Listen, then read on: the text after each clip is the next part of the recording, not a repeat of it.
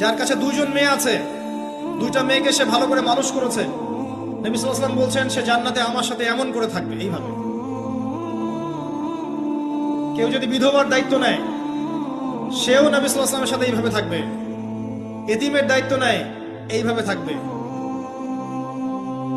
ফ্যান্টাসিতে ভুগছেন, একটা এতিম মেয়েকে বিয়ে করেন, একটা অসহায় তালাকপ্রাপ্ত মেয়েকে বিয়ে করেন, একটা বিধবা মেয়ে যার স্বামী মারা গেছে, কেউ নাই দেখার, তাকে বিয়ে করেন, তারপরে বোঝা যাবে আপনার মধ্যে কতটুকু দিন আছে।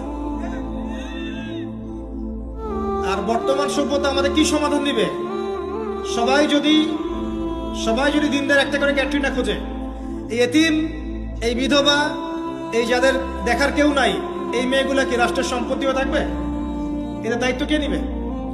পুরুষরা যদি দায়িত্ব না নেয়, কে দায়িত্ব নিবে?